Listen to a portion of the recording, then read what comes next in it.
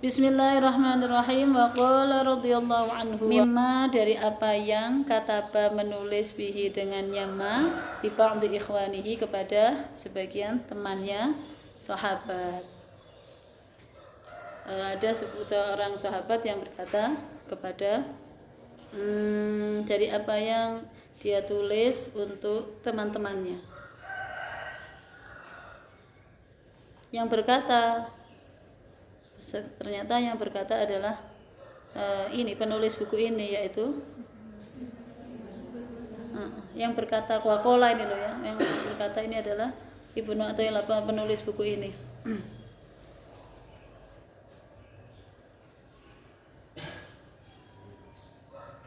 Bukan sahabat ya, tapi penulis buku ini yaitu Ibnu Athaillah. Waqala, dan berkata siapa radhiyallahu anhu itu Ibnu Athaillah radhiyallahu anhu mimma dari apa yang kataba dia tulis bihi dengannya ma li ba'd ikhwanihi untuk sebagian teman-temannya, saudara-saudaranya. Bagaimana dia menulis amma ba'du?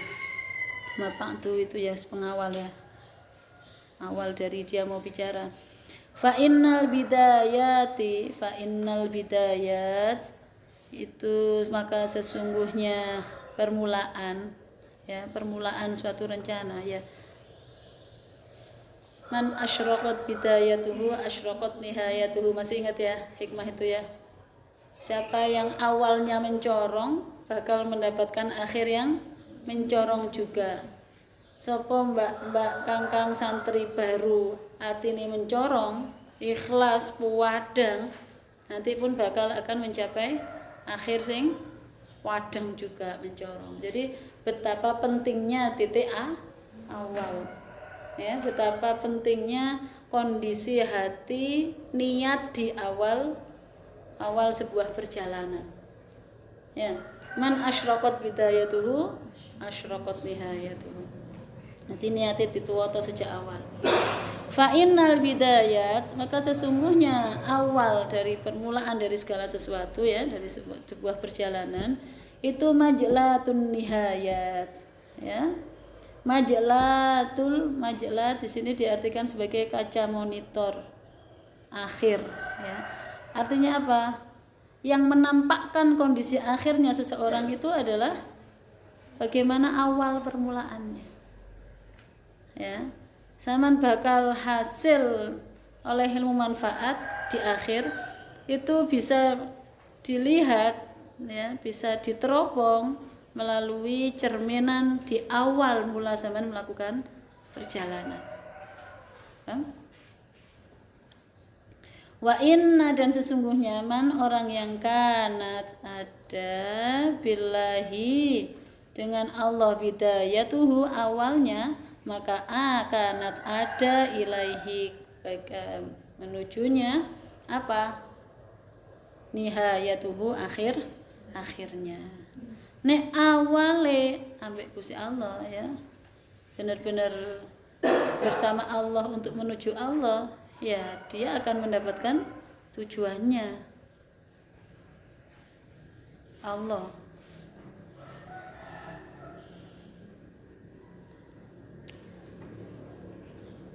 Penting ya.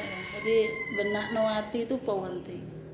Kalau awalnya itu karena orang tua, ya, karena diutus orang tua kok. Lah sampean apa Mbak? Apa yang menjadi motivasi sampean mondok?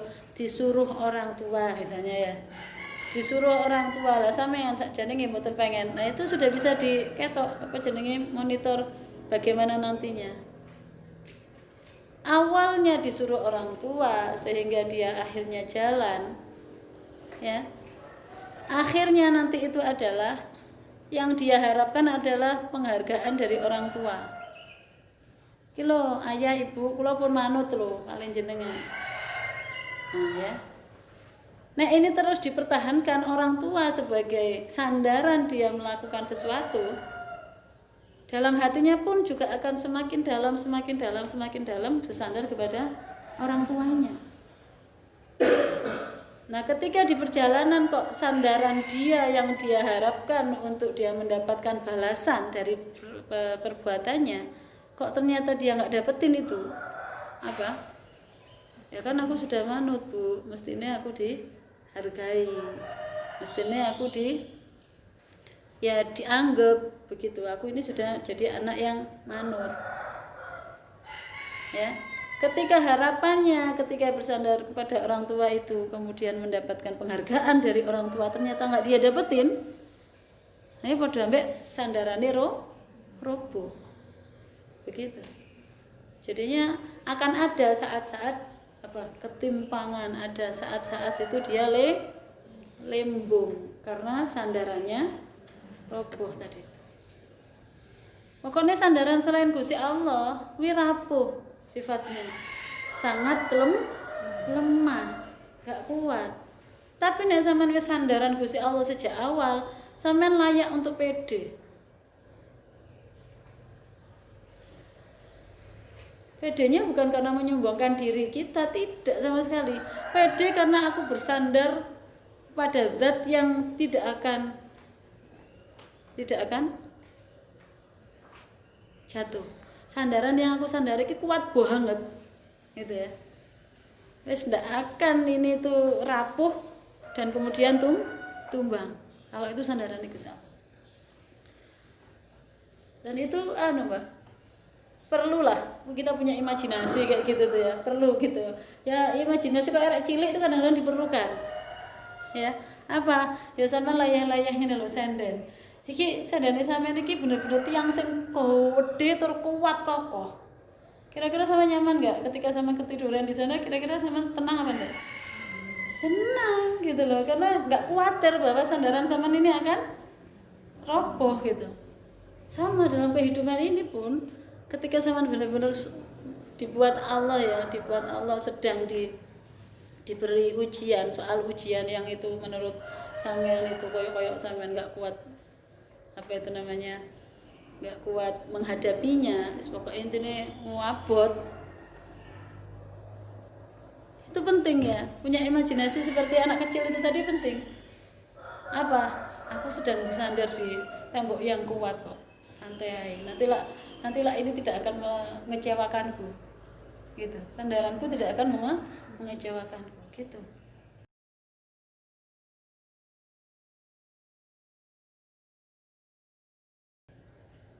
Dan itu sering saya lakukan dulu ketika pada perjalanan di awal-awal ketika masih sangat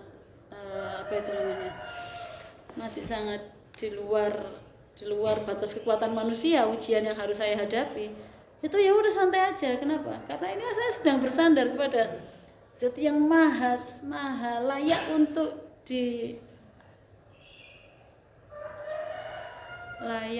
diandalkan, bahasa saya begitu. Ya. Tidak ada lain selain Allah yang patut untuk diandalkan. Wes salah Gusti Allah iki wis sangat bisa diandalkan wis gitu. Jadi kayak nggak mungkin akan bisa saya hadapi ini cuma aku wae gitu. Jalan aja. Kenapa? Saya bersama yang paling bisa untuk diandalkan. Bukan manusia, bukan siapa-siapa, bukan orang tua, ya, bukan saudara, bukan teman, bukan tetangga, bukan siapa-siapa. Saya bersama Zat yang maha sangat bisa diandalkan. Nah itu akhirnya jadi orang gak duwe wedi, ya, gak duwe wedi, gak duwe khawatir, mlaku wae lah kok piye. Ini loh ya, dia yang diandalkan ini loh bisa. Salah. Kuncinya apa? Kuncinya itu sing penting yo sendene nek Gusti Allah tur percaya temenanan. Wa idza sa'alaka 'ibadi 'anni fa inni qarib ujibu da'watad da'i idza da'ani. Itu syarat yang pertama. Sing penting da'ani. Sing penting njaluke ndek aku lho yo. Gusti Allah ngoten. Wis salah bakal tak kabulno. Bakal tak respon. Ya. Sampeyan tidak perlu meragukan. Nah, ragukanku kata Allah. Pokoknya siji lho ya, idza da'ani. Pokoknya njaluke ndek aku, dudu ndek sapa-sapa. Dudu ndek liyane aku. Itu yang pertama syaratnya. Nah, terus yang kedua, falyastajibu li wal yu'minu bi. Iku mau. Bernopo-opo sampean perlu apa njaluke nek Gusti Allah, falyastajibu li. Kemudian dua, wal yu'minu bi. Percayain di aku aja separuh-separuh. Ngono. Atau bahkan wis meh percaya duk tapi ternyata si enek sak seret gak percayai. Dengan perkataan dan pertanyaan, iya ya, tapi kan itu ada tapi itu berarti sak seret ada keraguan. Masih ada keraguan sak seret nek Gusti Allah. Nek turung isawi. Ya.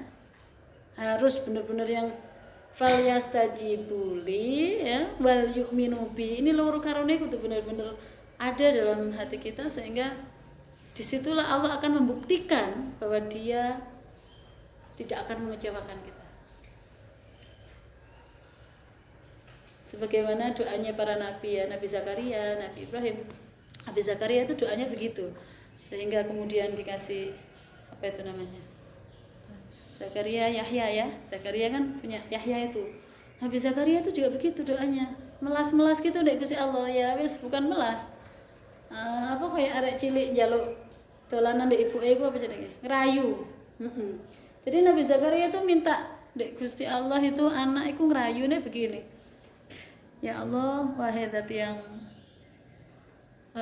selama ini tidak pernah mengecewakanku ketika aku meminta. Nah begitu. Asik pokoknya kalau kita mengikuti gitu ya, mengikuti perjalanan Quran itu dengan maknanya kemudian dengan rasa yang kita dapatkan. Itu ya kita bisa mengembalikan itu pada diri kita sebenarnya. Ya, bukan kemudian untuk sekedar dibaca saja. Al-Qur'annya itu weman-eman, Mbak, weman-eman. Banyak rasa yang harus kita rasakan, yang kita dapatkan dari perjalanan kisah-kisah nabi terdahulu atau bahkan bukan nabi ya, tapi ada Luqman yang dia bukan nabi tapi sampai diabadikan di Al-Qur'an. Begitu apa kira-kira keistimewaannya Luqman? Apa kira-kira keistimewaannya Maryam sebagai seorang perempuan yang diabadikan dalam Al-Qur'an? Itu sangat sayang kalau sampean lewatkan begitu saja ketika sampean sudah sebenarnya ada di situ ya, sedang membaca itu tapi sampean tidak mendapatkan chemistry-nya. Itu eman-eman. Makanya ya, pentingnya mikir ngono gitu, Mbak. Jadi pentingnya mikir. Dari kemarin kan kita disuruh mikir terus gitu ya. Hikam loh ini, padahal ngaji hikam loh, ngaji noto hati loh. Tapi kok isinya diutus mikir. Oh, artinya hati ini juga alat untuk berpikir. Jangan kira hanya akal saja. Ya, alat untuk berpikir, tidak. Hati justru menjadi partner yang lebih mumpuni daripada si akal ini. Akal ada batasnya. Tapi kalau hati yang sudah mencorong, apapun akan Allah berikan lewat dia. Ya, pengetahuan Allah akan dia berikan kepada hambanya yang dia kehendaki lewat hatinya, bukan lewat akalnya. Paham ya? Jadi berpikir harus dengan tiga pintu pengetahuan itu adalah indera, akal, dan hati. Itu sudah dijelaskan juga dalam Al-Qur'an. Makanya yang namanya innas sam'a wal basara wal fuada kullu ulaika kana anhu mas'ula. Nah, ternyata tiga-tiganya itu adalah pintu masuknya pengetahuan untuk kita kemudian mengolahnya. Ending dari mengolah pengetahuan dari Allah adalah Rabbana ma khalaqta hadza batila. Begitu. Pengakuan akan kehebatan Allah dan kelemahan kita sebagai manusia. Sehingga faqina ada benar. Akhirnya tersungkurlah kita, tunduklah kita sebagai manusia yang sombong kemarin menjadi abdim munib, balik di Gusti Allah nyung ngapura tobat sak nemen-nemene. Ngono siap dadi siap dadi hambane Gusti Allah, ngabdi sepenuh hatinya. Nah, perjalanan manusia yang seperti itu loh Pak, itu gak ujuk-ujuk. Paham ya? Kayak bisa dikatakan hanya berapa detik aja tadi itu, kayak gitu ya. 3 pintu pengetahuan, innas sam'a, ya, ini apa ini? Pendengaran, bukan telinga ya, tapi pendengaran. Wal basoro, pengamatan, ya, pengamatan, penelitian itu tadi. Jadi pengetahuan, pintu pengetahuan yang pertama adalah as-sam'a, pendengaran. Di sini mewakili indera. Ya, yang empiris tadi itu, sains, itu diwakili oleh as-sam'a. Wal basor, diamati. Pengamatan itu mewakili filsafat. Dan wal fu'ada itu mewakili hati. Jadi 3 pintu ini, ayo kita gunakan 3-tiganya untuk berproses mengenali diri kita, mengenali Tuhan kita, kemudian benar-benar akhirnya menggiring kita kepada sing iki berarti gak pas dibenakno. Iki berarti gak pas dibenakno. Lah gitu loh. Perubahan sedikit demi sedikit menuju abdi munib. Kemudian Rabbana ma khalaqta hadza batila subhanaka faqina adzabannar. Itu 3 itu. Nanti ya kullu ulaika ketiganya itu ya anhu mas'ula. Ini akan dimintai pertanggungjawaban loh. Bagaimana kita diberi indera oleh Allah ini ya. Ada mata, ada telinga, ada hidung, ada penciuman, ada rasa, ada apa? Apa jenenge Mbak? Kulit. Gitu. Indera kita akan dimintai pertanggungjawaban. Akal kita untuk mengamati ini akan juga dimintai pertanggungjawabannya. Hati kita pun juga akan dimintai pertanggungjawabannya. Kullu ulaika kana anhu mas'ula. Kabeh bakal dijaluki pertanggungjawaban. Apa? Pintu pengetahuan udah berapa? 3 apa saja? Coba bahasa Al-Qur'annya dulu. As-sam'a mewakili apa? Indra, ya. As-sam'a pendengaran mewakili indra. Kemudian yang kedua, wal basoro pengamatan, penelitian mewakili akal. Terus kemudian wal fuad, apa ini? Hati. Lanjutnya, kullu ulaika kana anhu mas'ula. Semuanya ketiga-tiganya itu akan dimintai pertanggungjawaban. Bisakah ketiganya mengantarkan kita menjadi hamba Gusti Allah? Ulul albab. Ya, awal-awalnya bidayah ini ayo diawali dengan sing apik, niat sing apik. Jadi hamba Gusti Allah sing bersandar di Gusti Allah saja, tidak kepada lainnya. Kalau awalnya kita seperti ini, bismillah, ini akan mengantarkan kita pada akhir ya, nihayah yang selamat pula, sampai kepada wusul kepada Allah ya. Perjalanannya diniatkan dengan Allah menuju Allah, nanti akan mengantarkan kita wusul kepada Gusti Allah. Mudah-mudahan manfaat. Amin. Al-Fatihah.